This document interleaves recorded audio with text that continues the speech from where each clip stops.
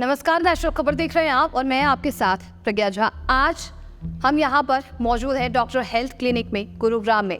ये एक ऐसा नाम है जिस नाम ने लोगों के दिमाग से ये हटा दिया कि सोराइसिस जैसी प्रॉब्लम कभी ठीक नहीं हो सकती है।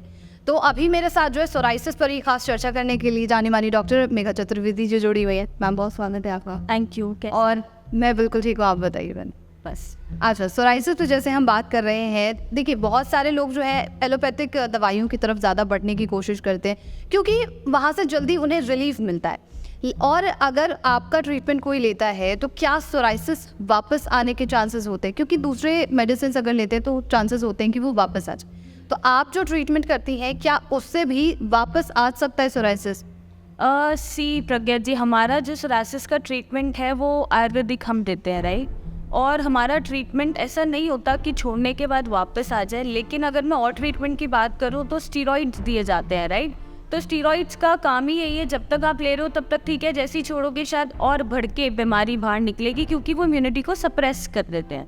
अब हमारे ट्रीटमेंट की मैं बात करूँ तो वापस नहीं आता दवाइयाँ छुड़वाने के बाद, लेकिन पेशेंट को अपना लाइफस्टाइल मेंटेन करके रखना पड़ता है। अगर पेशेंट सोचे कि मैं ठीक होने के बाद डेली अल्कोहल ले लूँ या मैं डेली नॉनवेज खा लूँ, बाहर का खाना खा रही हूँ, अपना लाइफस्टाइल अनहेल्दी रखूँ, कोई वर्कआउट ना करूँ, मतलब एक सीडेंट्री लाइफस्टाइल रहे और बहुत ही जंक फूड वो खाए, बहुत स्ट्रेस उसको बना रहे फिजिकली मेंटली, तो हाँ उन केसेस में आपको 5-10% दिख सकता है कि ये वापस आ रहा है ड्यू टू लाइफस्टाइल डिस्टर्बेंसेस।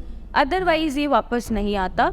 अब और क्या केसेस हो सकते हैं कि ये रिलैप्स कर रहा है? अगर पेशेंट का सपोज लिवर डिस्टर्ब्ड है या लिवर के लेवल बढ़े हुए हैं, SGOT, SGPT, बिलीरुबिन बढ़ा हुआ है, या फिर आप कह सकते हो कि पेशेंट को डायबिटीज़ है या और कोई मेडिकल कंडीशन जुड़ गई है उसके साथ, तो उस केसेस में 5-10% ये हो सकता है रिलैप्स कर जाए।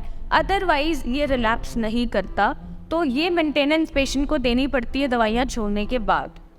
क्या दवाइयाँ छोड़ने के बाद, ये तो मैंने जान लिया कि वो वापस आता है कि नहीं आता है। अगर किसी इंसान में वो जो जिस पर्टिकुलर एरिया में सोराइसिस हुआ है, क्या वो स्प्रेड हो सकता है?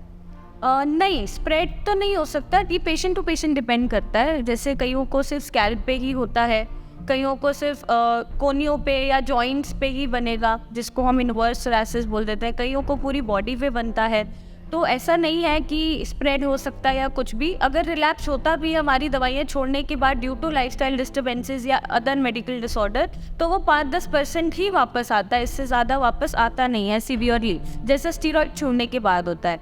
अब स्टीरॉयड लेने के बाद आपका लिवर डीअरेंज हो जाता है, किडनी पे इफेक्ट आता है, जॉइंट्स पे इफेक्ट आता है।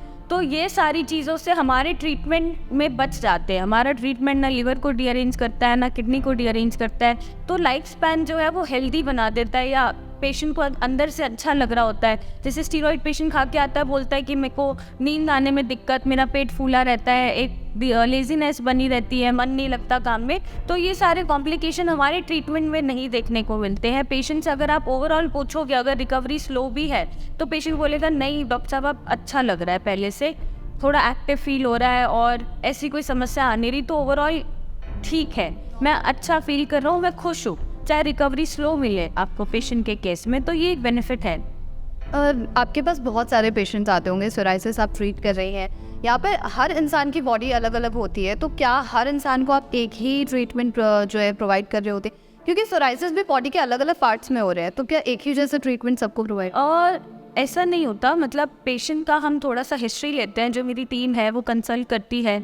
अब जो पेशेंट हमारे जो मिलने आ सकते हैं वो तो मुझसे मिल के जाते हैं, जो नहीं भी आ सकते वो ऑनलाइन कंसल्टेशन डॉक्टर के साथ लेते हैं। मेरी पूरी टीम है जो मेडिसिन स्टार्ट कराती है, हिस्ट्री के बेसिस पे हम दवाइयाँ बेचते हैं। सी एज पर आयुर्वेदा 2-3 मेडिसिन तो कॉमन ही जाती है, क्योंकि हमें बॉडी से टॉक्सिन्स निकालना है, ब्लड प्योरीफाई करना है। बट अगर साथ में कोई और जैसे डायबिटीज़ जुड़ा हुआ है या लिवर डीअरेंज्ड है या और कोई हिस्ट्री पेशेंट में देखने को मिलती है, तो हम उसके हिसाब से दवाइयाँ फिर बेचते हैं पेशेंट को। और जो नहीं भी आ सकते, दवाइयाँ हमारी इंडिया के बाहर भी जाती हैं, दिल्ली के बाहर भी जाती हैं, गुरुग्राम के बाहर भी जाती हैं, और डॉक्टर्स उनके साथ वीकली टच में रहते हैं, फॉलोअप लेते रहते हैं कि आपकी रिकवरी कैसे चल रही है। तो ऐसा नहीं है हम दवाइयाँ देके पेशेंट को भूल जाते हैं, पेशेंट से हम संपर्क बना के रखते हैं ताकि कोई भी कॉम्प्लिकेशंस आए तो हम उसको वहीं पे ट्रीट करें, सॉल्व करें। अच्छा, सोराइसिस के बारे में जैसे अगर हम चर्चा कर ही रहे हैं, तो कोई पर्टिकुलर बॉडी पार्ट होता है जहाँ पर ज़्यादा वो सीवियर कंडीशन में हो जाता है, या फिर ऐसा है कि जहाँ पर हुआ पर्टिकुलर सिर्फ वहीं पर होगा, कोई खास बॉडी पार्ट है जहाँ पर? नहीं, ये फिर वेरिएबल हो जाता है। आपको हर तरह का पेशेंट मिलता है, जिसको पूरी बॉडी में भी मिलेगा, जिसको सिर्फ जैसे मैंने बताया जॉइंट्स के आसपास मिलेगा, या स्किन फोल्ड्स पे मिलेगा, या स्कैल्प पे बहुत मिलता है पेशेंट्स को, पीछे बैक पे, लेग्स पे बहुत मिलता है। एक पाल्मोप्लांटर सोरासिस है जो सिर्फ हथेली और तलवों पे, पैरों के तलवों पे पाया जाता है। तो वही वैरायटी ऑफ पेशेंट्स हैं, ये अलग अलग तरह से मिलेगा हर पेशेंट में। अच्छा, और इसके लिए प्रिकॉशंस क्या होते हैं और इसके सिम्टम्स क्या दिखने मिल जाते हैं कि स्टार्टिंग से ही सिम्टम्स दिख रहे हैं? सिम्टम सिल्वर, वही फ्लेकिंग होगी, आपको सिल्वर कलर का एक स्किन झड़ेगा, सिल्वरी वाइट फ्लेकिंग होगी, इचिंग बर्निंग होगी, रेड पस्टुलर इरप्शंस हो जाते हैं। और जहाँ तक है पेशेंट मिस डायग्नोस्ड हो जाते हैं जब वो जाते हैं, मतलब रैशेज हुए या कोई भी इरप्शन है तो वो एलोपैथिक डॉक्टर को कंसल्ट करने जाते हैं नियर बाय, एंड वो उसको मिस ट्रीटेड कर देते हैं कि ये डर्माटाइटिस हो रहा है या फिर ये फंगल हो रहा है। और कितने टाइम उनका एंटी फंगल ट्रीटमेंट ही चलता रहता है जो फिर डायरेक्टली आपकी किडनी और लिवर पे असर करता है। और वैसे भी एंटी फंगल मेडिसिन इतने ज़्यादा हम खिला भी नहीं सकते ना खा सकते हैं, तो ये एक कॉम्प्लिकेशन हो जाता है। जब मेरे पास आता है पेशेंट तो वो बहुत तरह का कॉम्प्लेक्सिटी लेके आता है कि पहले एंटी फंगल का ट्रीटमेंट में ले रहा था, मेरे को डायग्नोसिस ही नहीं बताई कि ये सोरासिस है कितने साल, उसके बाद उसने स्टीरॉइड खाए, उसके बाद उसने होम्योपैथिक खाया, उसके बाद उसने कहाँ से ट्रीटमेंट कराई, अब आप आखिरी उम्मीद हो, अब एंड में मैं यहाँ आया हूँ, राइट। और बहुत पेशेंट्स की हम आखिरी डॉक्टर ही बनते हैं कि इसके बाद सोरासिस उनको आता नहीं है, बट बहुत सारी कॉम्प्लेक्सिटी जनरेट हो जाती है बॉडी में।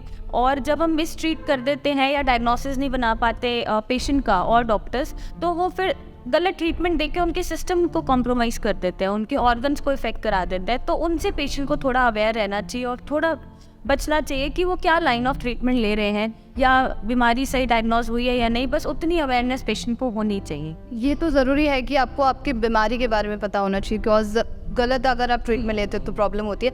अच्छा, कोई जैसे आपने बताया कि आपके लाइफस्टाइल की बीमारी है, ये एक लाइफस्टाइल से जुड़ी हुई, तो डाइट भी एक हमारे लाइफस्टाइल का ही हिस्सा है, तो आप किस तरीके की डाइट पेशेंट्स को रेकमेंड करेंगे कि वो किस तरीके की डाइट लें? सी, लाइफस्टाइल मेंटेनेंस इसमें ज़रूरी है। बीमारी तो ये ऑटो इम्यून है, बट ऑब्वियसली अब आप बाहर का डेली खाओ, अगर मैं भी डेली बेसिस पे अल्कोहल लूँ या बाहर का खाना खाऊं, जंक फूड खाऊं, तो मुझे भी कोई ना कोई बीमारी लगेगी या पेट खराब ही रहेगा या स्किन की प्रॉब्लम्स हो सकते हैं, राइट। तो ये किसी के लिए भी अनहेल्दी प्रैक्टिस है बाहर का डेली खाना। तो ये हम सबको एक बैलेंस करना पड़ता है कि हाँ, हम क्या खा रहे हैं, कहाँ से खा रहे हैं और कितना खा रहे हैं, ये हम थोड़ा वॉच आउट करें। तो डाइट पे ज़्यादा कुछ नहीं, हम बस junk food, process food, canned food बंद कराते हैं। जो डेली बेसिस पे अल्कोहल बहुत लेते हैं वो बंद कराते हैं। नॉन वेज हम बहुत ज़्यादा नहीं खिला सकते, रेड मीट तो बिल्कुल नहीं खिला सकते। एक बार को फिश फिर भी खिलाई जा सकती है महीने में 1 या 2 बार। और घर का खाना हम प्रेफर करते हैं कि आप हरी सब्जियाँ खाओ, फ्रूट्स खाओ, सब्जी रोटी खाओ, दाल चावल खाओ। मतलब आपको बेसिकली जो अडल्ट्रेशन हो रही है बाहर के खाने से बचना है, क्योंकि वो एक तो वो फ्रेश नहीं होता, कल का बना हुआ आज यूज़ हो रहा है, आज का बना हुआ कल यूज़ हो रहा है, और बहुत ज़्यादा उसमें प्रिजर्वेटिव, शुगर ऐड होते हैं, बहुत केमिकल्स होते हैं, तो उनसे आपको बचना है। बाकी आप ये फूड अगर खाते हैं, ये प्रैक्टिस भी आप शुरू करते हैं और थोड़ा सा वर्कआउट लाते हैं, टॉक्सिन्स रिमूव होते हैं, थोड़ा माइंड रिलैक्स होता है, तो सोरासिस फिर बिना दवाइयों के भी थोड़ा बहुत कंट्रोल होना शुरू हो जाता है। मेघा जी, बहुत शुक्रिया आपका सोराइसिस जैसे प्रॉब्लम में बात की। एंड आई विश कि पेशेंट्स को हमारे जैसे डॉक्टर्स की ज़रूरत ना पड़े। तो इट्स हाई टाइम आप समझे। मेरे पास कमेंट्स भी आते हैं बहुत सारे कि ये तो सब बंद करा देते हैं, ये भी मत खाओ, वो भी मत खाओ, जियो मत। तो अच्छा जीना है, और आपको अगर बीमारी है तो इतना बैलेंस तो करना पड़ेगा कि आप इतना कंट्रोल रख सके अपने टंग पे, अपने स्वाद पे, कि आपकी लाइफ हेल्दी रह सके।